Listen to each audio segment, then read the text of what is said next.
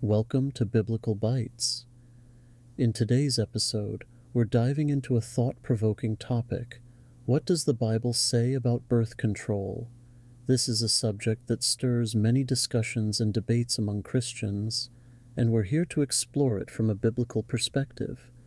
Understanding what the Bible says about birth control is crucial for many believers as they navigate family planning decisions.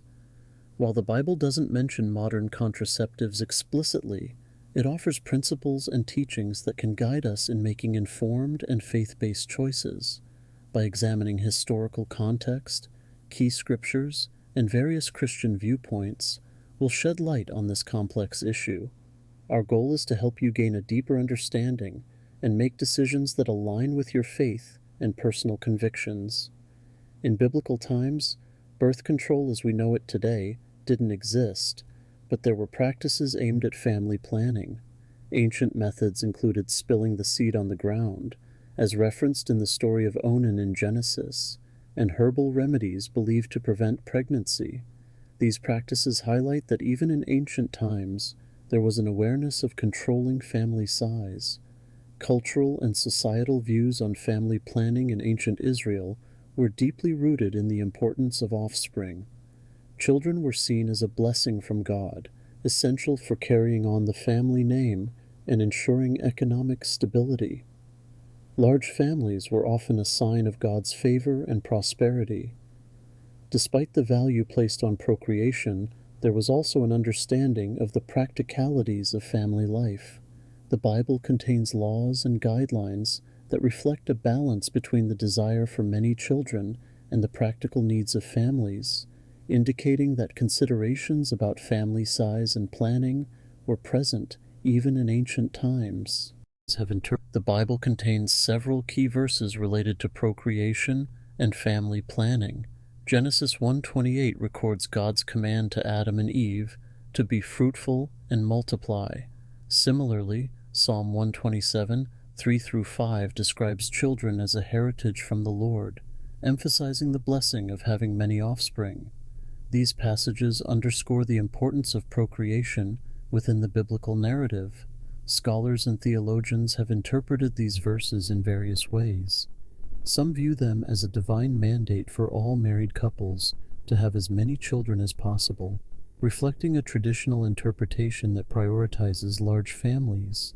Others argue that these commands were specific to the early human population and not necessarily prescriptive for all times and circumstances. Contemporary interpretations often consider the broader context of biblical teachings on marriage, stewardship, and responsible living.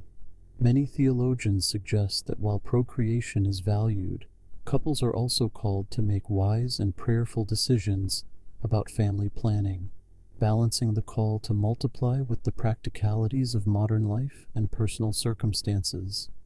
God's command to be fruitful and multiply, found in Genesis 1:28, establishes the importance of procreation within marriage.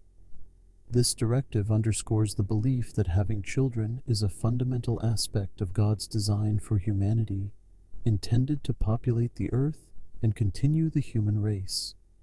Children hold a significant role in biblical families, viewed as blessings and a source of joy.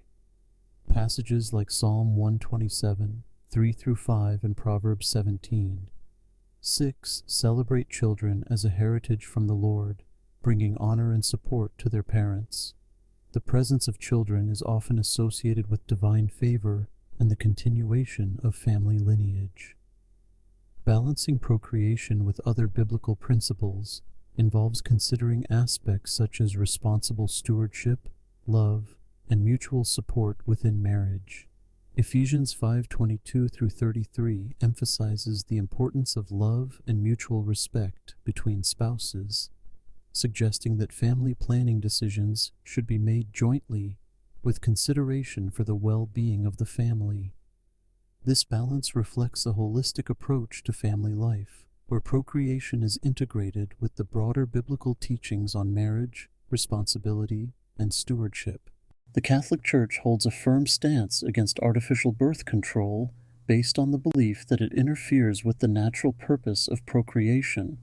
According to Catholic doctrine, as outlined in encyclicals like Humanae Vitae, every marital act should remain open to the possibility of life. The Church advocates for natural family planning methods which align with the moral teachings on the sanctity of life and the unitive and procreative purposes of marriage. Protestant views on contraception vary widely. Many Protestant denominations, including Anglicans, Lutherans, and Methodists, generally accept the use of contraceptives within marriage. They emphasize the importance of responsible parenthood, allowing couples to decide on family planning methods that best suit their circumstances and health, while still respecting the sanctity of marriage and the gift of children. Other Christian denominations, such as the Orthodox Church, also have diverse perspectives on birth control. The Eastern Orthodox Church, for instance, permits non-abortifacient contraceptives in certain situations, provided they are used with the guidance of spiritual counsel and in the context of a loving and committed marriage. This approach reflects a balance between upholding traditional values and addressing contemporary challenges faced by families. The sanctity of life is a central ethical consideration in the use of contraceptives. Many Christians believe that life begins at conception, making any method that potentially harms a fertilized egg morally problematic. This belief influences the acceptance of different contraceptive methods, with a preference for those that prevent fertilization rather than those that may act after fertilization. The impact of birth control on marriage and family dynamics is another significant consideration. Supporters argue that contraceptives can strengthen marriages by allowing couples to plan their families and avoid the physical, emotional, and financial strains of unplanned pregnancies. This planning can lead to a more stable and nurturing environment for raising children. However, some believe that the use of contraceptives can undermine the natural purpose of marriage and the openness to life. They argue that it can lead to a diminished sense of responsibility and a potential devaluation of the procreative aspect of marital intimacy. Balancing these considerations involves prayerful reflection and guidance, seeking to align personal family planning decisions with one's faith and ethical beliefs. Contemporary Christians navigate birth control by integrating their faith with modern medical knowledge and personal circumstances. Many seek to balance their desire to follow biblical principles with practical considerations such as health, financial stability, and family dynamics. This often involves consulting religious leaders, medical professionals, and engaging in personal research to make informed decisions about the most appropriate methods of family planning.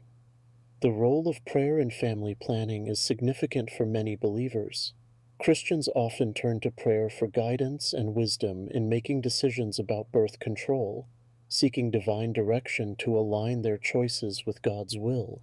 Prayer helps couples reflect on their motivations, assess their readiness for parenthood, and consider the impact of their decisions on their family and community. Personal conviction also plays a crucial role in these decisions.